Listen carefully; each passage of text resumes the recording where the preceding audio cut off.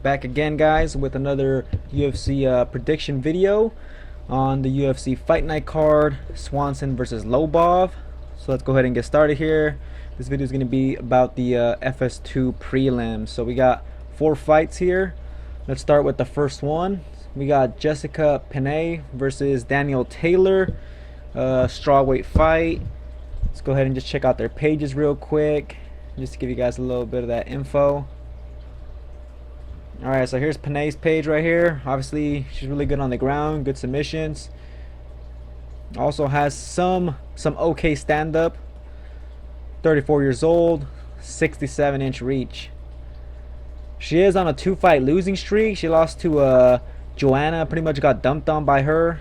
Got finished in the 3rd round. And against Jessica Andrade, actually, once again, she got kind of just dumped on. So recently, she's just been getting, bombed on against the cage and taking a lot of shots. So her striking defense doesn't seem to be too good. But the girls she's fighting are really high level. Andrade and Joanna are now going to fight for the title. So she's fighting these high level girls. And now she's going to fight this girl right here, Daniel Taylor. They classify her as well-rounded. She's pretty much a counter striker. She's very, I want to say very small for the division. But, I mean, this is a 115-pound girl. So, I mean, I would say she's just, I guess, normal sized. She does have some muscle mass on her. So she's not, like, super tiny or anything like that. But she is short for the weight class, I guess I would say. I think this is more like atom weight type of height. Even though Penn is 5'5" and used to be the atom weight champion at Invicta. Either way, though, she gives up 5 inches of height advantage, and on the reach, she only has 60 inches compared to Penn's 67-inch reach. So she's going to be at a huge reach disadvantage. She also had a big reach disadvantage against Moros, and she lost that fight, but a split decision. And that fight was really shitty. I remember watching that fight, and I was like, what the fuck? I was like, Moros ain't doing shit. And against C.O.E. Ham, guys, I had C.O.E. Ham winning the fight. She really pushed the pace, and she did really well in that first round. Second and third rounds were a little bit tougher, so I guess Taylor stole the rounds like that. But yeah, I'm not really too impressed at all with Taylor, guys. She seems to be pretty much just like a counter striker. She is, from what I've seen, she's never moving forward. She's always moving backwards, trying to counter. So, I don't really like her game plan, but it seems to be kind of effective because she seems to be in very close fights all the time. So you never know, she might be able to win this fight against Penn, guys. But I think Penn, being the better fighter, the veteran, should be able to win this fight. I know she took some damage, obviously, in those last 2 losses, but I think she's gonna bounce back here. She's gonna utilize her wrestling and her striking, and obviously her submission game if she gets the fight to the ground, where she can maybe get that submission win. But yeah, her striking's not bad either. She has that reach, and she could strike decently. Has some kicks, has some good punches. Yeah, I just see her winning the fight. Just her pushing the pace. I can't see Taylor moving forward and pushing the pace on her, even though that seems to be Penn's weakness. Taylor does have some really good striking defense because, like I said, she's always kind of just countering. 86%. That's extremely high. Strike defense.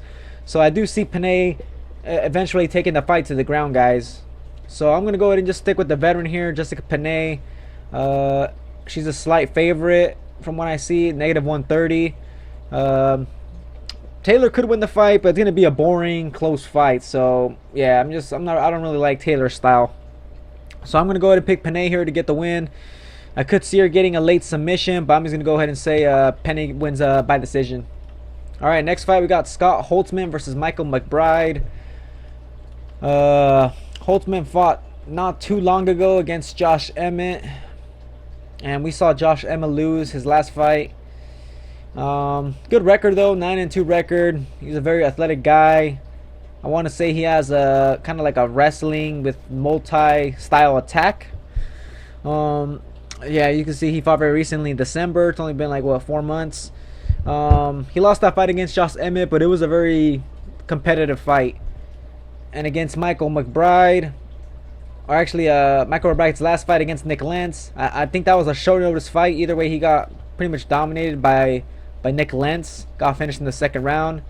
This guy's all about submissions. 8 wins by submission, which means every single fight he's won, he's been able to get the submission finish. So this guy is a finisher on the ground, but I just can't see this guy, you know, landing a takedown on Scott Holtzman. Holtzman has some good takedown defense, and even though Emmett was able to take him down 8 times, you know, McBride here doesn't seem to have really good wrestling to, you know, expose Holtzman on the ground. So I'm gonna go ahead and take Holtzman here. He's gonna be the better striker.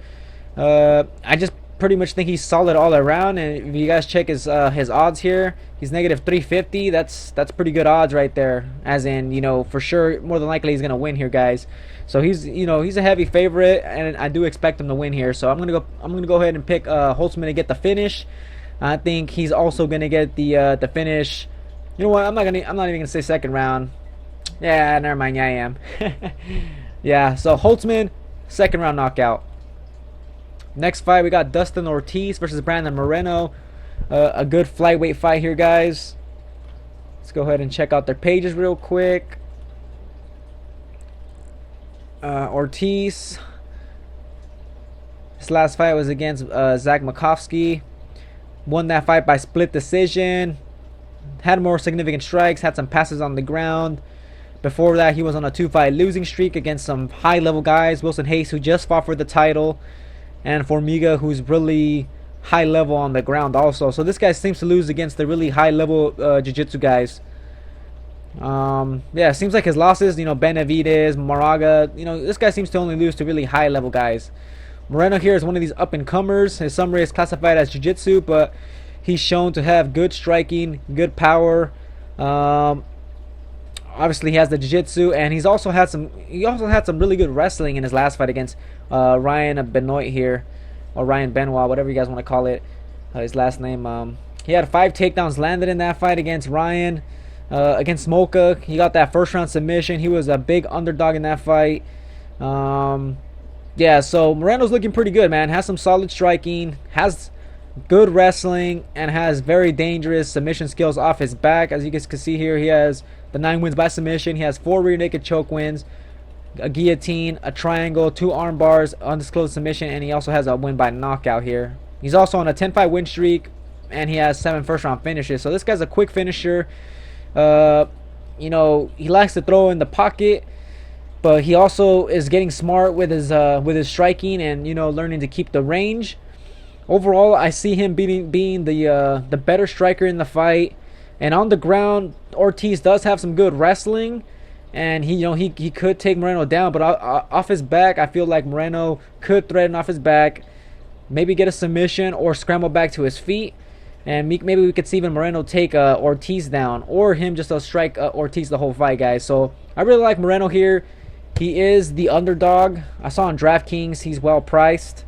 He's a plus 175, and Ortiz is negative 205. I think the odds should be a little bit closer than that, but, you know, Moreno is pretty good, and I could see him getting a finish here, but Ortiz seems to be pretty durable, pretty tough. As you can see, he's only really lost by decision in the UFC when he's lost, so yeah, it's hard to put him away. But I could see Moreno catching him with some sort of submission on the ground, because I'm pretty sure Ortiz is not going to want to stand with Moreno the whole fight. So I'm going to go ahead and say Moreno gets a second-round submission, guys. So that's going to be my pick for that. All right, next fight, we got Tallest Ladies versus Sam Alvey. Featured fight on the FS2 Prelims. You know, Ladies getting a little older now, looking kind of stiff. He lost his last fight to Jocko, and Alvey's on a 4-fight win streak right now. His last win was against Nate Marquardt. Didn't have a lot of volume or output in the fight, but he still won the fight. What I really don't like too much about Alvey is that he seems to lack a lot of volume in some fights. You know, he's very calm, but he kind of just picks his shots to land those power shots. He doesn't like to do a lot of volume striking. You know, he doesn't do too much combinations from what I see, but he has a lot of power, excellent takedown defense, and I think that's good enough to beat Tallest Ladies here, who's actually not looking too good at the moment. I don't know how he's still ranked number 11, because in his fight against Jocko, he was ranked number 11 and Jocko was 15, and Latest here didn't even move, and even though he lost the fight, so he should be ranked like, I don't know, 13 or 14 or something like that, or at least 12. Yeah, so Alvey's on the come up here. Ladies is just looking kind of stiff nowadays. Yeah, I don't think Ladies has a good enough wrestling to take down Alvey, and on the feet he also throws very low volume, just like Alvey. Both these guys low volume strikers. You know, they throw wild power shots. Yeah, so you know, it's kind of a close fight. If you check the odds here real quick, you'll see Ladies is a small favorite just because he's a veteran. He's fought high level competition. But yeah, I could see Alvey here pulling out the win here in this fight, guys. So yeah, you know, Ladies just looking kind of stiff. Alvey has momentum, 4-fight win streak. Yeah, you know, if he could just keep a good pace, throw a lot of shots, and not get taken down, he should be able to win this fight. So I'm gonna go ahead and pick Alvey to win the fight here. You know, it's gonna be hard to finish Ladies. You know, he seems pretty durable, so I'm going to go ahead and say Alvey wins by decision, guys. Alright, guys, so that's it for the picks on the FS2 prelims. To recap here real quick, I got Jessica Penn winning by decision, Holtzman by a second round knockout, Moreno second round submission, and finally I got Alvey winning by decision. Alright, guys, so that's going to be it for my picks on the FS2 prelims. I'm gonna try to make that main card pick video tomorrow, so on Thursday I'll try to have it out by then. But yeah, guys, that's gonna be it for the picks.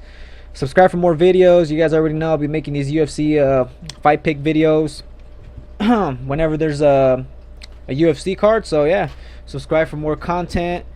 And yeah, guys, that's gonna be it. Catch you guys on the next video.